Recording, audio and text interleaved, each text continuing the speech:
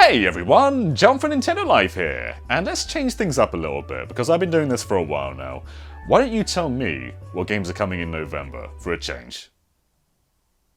No, Balan Wonderworld was March. Fine, I'll do it. Kicking it off on November 2nd is World War Z, which I want to call World War Z. Joining Doom, Wolfenstein and The Witcher 3, this is another Impossible port. It's pretty detailed on other platforms like PS4 and Xbox One, but the zombie hordes are what really sets it apart. These swarms dominate the screen, there are hundreds upon hundreds at a time, and somehow, it's running on the Switch. They've even got it from 25GB on PS4 to 6.7GB on Switch. They're witches, they are zombie witches, somebody burn them. The lead designer even says there doesn't need to be a more powerful Switch, this is enough, somehow, for this. Very impressive stuff, but what is this game? Well, it's been on other consoles for a few years now, but basically, it's kinda like a third-person Left 4 Dead. It's meant to be played co-op, and you just take down zombie after zombie until they're all gone. If the name sounds familiar too, this is based off the World War Z property. There's no Brad Pitt this time around, but this is still a game worth keeping an eye on. On the same day, November 2nd, is Tunche. You may recognize this from Indie World, and this was a successful Kickstarter campaign. It's basically a beat-em-up with some roguelike elements. There are 4 worlds that are procedurally generated, making each playthrough feel a little bit different. And while the core cast revolves around the Amazon rainforest, there's also Hat Kid from A Hat in Time, so they're here too. It looks like a beautiful co-op game, and each character and playthrough looks drastically different to the point that whenever you play, you're probably going to experience something a little bit new. Previews have spoken highly of the combat too, so this seems like a game that's primed to deliver. And hey, this is small, but great. This game has 12 different languages. That's something we don't really talk about very often, but that's amazing. And then on November 4th is Demon Turf, and this is actually a game I've already played myself. It comes from the developers of Slime-san, and that was an amazing early Switch game, but this is so much more ambitious. It's a full-on 3D platformer with a very charming art style, but the main hook is how versatile it feels.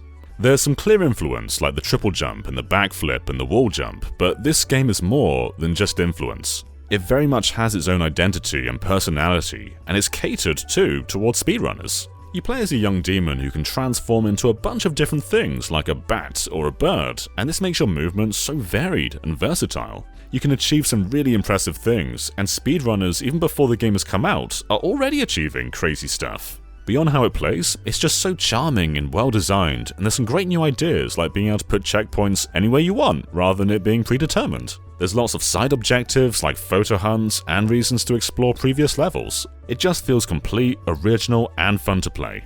We're going to be reviewing this one soon, but just personally speaking, this might be one of the best 3D platformers in a very long time. But also on November 4th is Just Dance 2022, baby! Yeah! Oh man, there are so many hit songs like Last Friday Night by Katy Perry, oh, classic. You've also got Rock Your Body by Justin Timberlake. Chandelier by Sia, anyone? I've been a long follower of the Just Dance series, and I can't wait to see where the story goes with this one. But November 4th won't stop because the only game with a dedicated hug button is coming to Switch, A Boy and His Blob. This was a Wii remake of an NES game, and now it's in HD on the Switch, and it looks beautiful. This is an amazing puzzle platformer, where basically you feed your blob jelly beans, and then it transforms, giving you different abilities, like a ladder or a big bubble. The Wii has a lot of hidden gems, but just personally speaking, this has always been one of the most charming games on the entire system, and I can't wait for it to have another chance with a new audience. It can be a bit old school with its platforming, but there's definitely a charm to that. And if you get frustrated, just hug your blob. Just hug it out. It's a beautiful game that's so well designed, so please don't sleep on this one. And then on November 5th is Animal Crossing New Horizons Happy Home Paradise. This is DLC costing $25, or you get it as part of the Switch Online expansion pass, so technically some of you may already have this, kinda. This is essentially the sequel to the 3DS game Happy Home Designer, only now it's tied to the main Animal Crossing game. Villagers will desire a holiday home, and you basically design it to their tastes and personality. It adds a bit of objective to Animal Crossing. Rather than just living your own life how you see fit, you kind of play a game now. The building tools look much more versatile, and there's some brand new objects like wall dividers. These look really ambitious. I'm a player who designed his home and then didn't really touch it again because I liked it the way it was.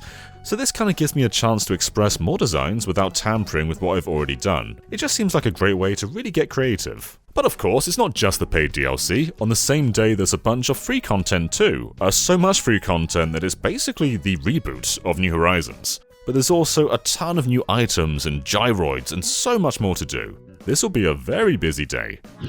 On November 11th is Star Wars Knights of the Old Republic. Now this game is getting a full-on remake for PlayStation 5, but the original game holds up. This was originally an Xbox and PC exclusive, so it's amazing to see it finally come to Nintendo. It's been long heralded as one of the best Star Wars games ever made, and given that it's made by BioWare, it's fairly understandable why. BioWare and Star Wars is a match made in heaven. This is a roughly 30-hour-long RPG, and your decisions can alter drastically the course of the game. You can either use the Force for good, or pretty much join the dark side. It's still one of the most expansive and versatile Star Wars games ever made, and while the remake will surely look better than this, there's still a lot of value in the original Knights of the Old Republic. But there's another classic game on November 11th, or should I say classic games, because Grand Theft Auto, the Trilogy, the Definitive Edition, yes there's 2 thes in there, is coming to Switch. We haven't seen raw Switch-specific gameplay yet, so how it runs on the system is still kind of up in the air, but the multi-platform trailer looks pretty ambitious. They've taken GTA 3, Vice City, and San Andreas and basically remade them in Unreal Engine 4. It's a funny kind of remake though, because while everything looks very modern, it's also very much in the roots of the PlayStation 2 era. There's some great lighting effects and all the textures have pretty much been redone, but then the character models are these big blocky things. It's an interesting look and I kinda dig it.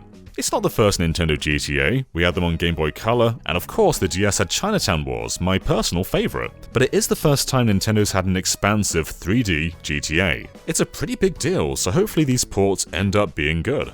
It does seem like there'll be some care, as the Switch version has gyro controls, unlike PS5 and Series X. Also, the shooting controls are more like GTA 5, and that's a godsend because the original games are pretty hard to go back to, you just kind of flail your guns around. So I'm pretty excited for this. But November 12th is a big boy, Shin Megami Tensei 5. If you've been around the Switch era for a while, you may recognize this game as one of the very first games announced for the platform. Yeah, January 2017 was a long time ago, but finally, Shin Megami Tensei 5 is about to release. Now, this probably won't be the best-selling game of the year, but it is going to be one of the biggest games of the year. Shin Megami Tensei is a huge deal. For those who don't know, Persona is a Shin Megami Tensei spin-off. It's a sub-series. So SMT5 is next in the line of the main series. We haven't had a new console entry since the PlayStation 2. Shin Megami Tensei 4 was on 3DS, and that was great, but it's time to return to the scope of a console. And also for those who don't know, SMT predated Pokémon. This was pretty much the game that invented monster collecting in RPGs. You do fight by yourself, but you can collect a bunch of different monsters to fight alongside you. So think Pokémon, but if the trainer wasn't a coward. I'm really looking forward to this. This could end up being one of the best Switch exclusives ever. And on the same day as Shin Megami Tensei on November 12th is the Zelda Game & Watch. Yeah, not really a Switch game, but it is very Nintendo-y. So if you've forgotten about this, this is basically very similar to the Mario Game & Watch from last year, apart from instead of Super Mario Bros., it has The Legend of Zelda, Zelda 2, and Link's Awakening. But you mustn't forget, it also has the Game & Watch game Vermin, where you play as Link. It's a pretty neat looking device. I was hoping it would mirror the actual Zelda Game & Watch, but the shell is pretty much the exact same as Mario. That said, the original Game Boy Link's Awakening is a really cool surprise, given that outside of the 3DS Virtual Console, there's no way of playing that game. Unlike the remake, it's not on the Switch. It's by no means a must-have device, but for Zelda fans, this seems like a really nice collectible. But then on November 16th is Marsupilami, Hoobadventure. I have no history with this franchise. Apparently it started as a comic back in the 50s, and there's been a bunch of TV shows, but somehow, Marsupilami has avoided my life. However, this game looks like Donkey Kong, and I'm okay with that. Look how colourful this game is, it looks super cozy. Even as someone who doesn't know why this guy's tail is so long, I'm into it. Big, big, big Tropical Freeze vibes, from the movement, the level design to the art direction. It looks like it could be a really neat 2D platformer, and it's coming to other platforms too, so those on PS5 and Xbox can finally enjoy a Donkey Kong style game. Really cool stuff. And on November 19th comes NASCAR Heat Ultimate Edition Plus. This is the first NASCAR game to come to the Switch, and if we're honest, the Switch is kind of lacking in racing sims. There's a couple, but it's slim pickings. It doesn't seem like it would set the world on fire, but having things like local multiplayer I can't take for granted, as very few games these days have split screen. It's been around 10 years since the last NASCAR Nintendo game, so if you want to catch up on around 10 seasons of NASCAR action, this is the game for you. And I know we're all busy with NASCAR on that day, but also on November 19th is Pokémon Brilliant Diamond and Shining Pearl. These are ground-up remakes of the original Pokémon Diamond and Pokémon Pearl, and while the reception is a bit divided, it at least refines the dated elements of the originals. For one, no more HMs. I'm sure Bidoof will be in your party, but there's no need to rely on them for cut and surf and waterfall. HM slaves are a thing of the past. Thank God. And while the chibi art style has people at war with each other, I quite like it, it's cute. It's definitely not an art style I'd want to frame on my wall, but it's still quite appealing to me at least. If anything though, every mainline Pokémon on the Switch has a very different style, like Let's Go is clearly different to Sword and Shield, and Sword and Shield is very clearly different to these games too. And then in a few months there's Legends. You can also customize your clothing, which you couldn't do in the original games, and that's cool too. But for the most part, this does seem like a very loyal remake. Random encounters are still here. There are overworld encounters in Pokémon Hideaways, but that's quite divided from the main game. So if you just kind of want a loyal 3D HD remake of Pokémon Gen 4, this is that with a few quality of life improvements. Probably won't blow us away, but it does seem like it's worth playing. And then on November 23rd is Death's Door. This came to Xbox and PC earlier in the year, but in the most recent state of play, it was the only worthwhile announcement, and we found out it's also coming to Switch. For those who don't know though, Death's Door is a gorgeous action game. There's no procedural elements, everything is handcrafted to a very fine degree. It's not a roguelike, everything is very deliberate. Prepare for some very visceral combat with some great weight to it, a mix of ranged and melee weapons, everything has a distinct feel. And then the exploration too has a brilliant flow to it, with will to explore more lore of the world. And boss battles don't disappoint, there's some brilliant moments in here. I can't wait for this game to go multi-platform, it really is a gem of 2021. And finally, on November 25th is Asterix and Obelix, Slap Them All. The beat-em-up genre's had a bit of a resurgence lately, with Streets of Rage 5 and Battletoads and even Scott Pilgrim coming back. It's been a really good time, and out of nowhere comes a new Asterix game. Not only does this look artistically brilliant, but the combat itself looks very weighty. Co-op is just 1 to 2 players local, but still, that's the best way to play these kind of games. It looks like it really dives deep into the license, and I can't wait to give this one a go. So what November games are you looking forward to? There's some big games on this list like Shin Megami Tensei and GTA that I can't wait to try myself. But before we go, there is something I promised I would do in the month of October. So for those who have missed it or don't remember, this is what I promised I would do. If 3 isn't in this direct, then I'm gonna make a deep dive into DKC 3. That's how confident I am. Good lord. I am an honest man of my word, so here is Donkey Kong Country 3.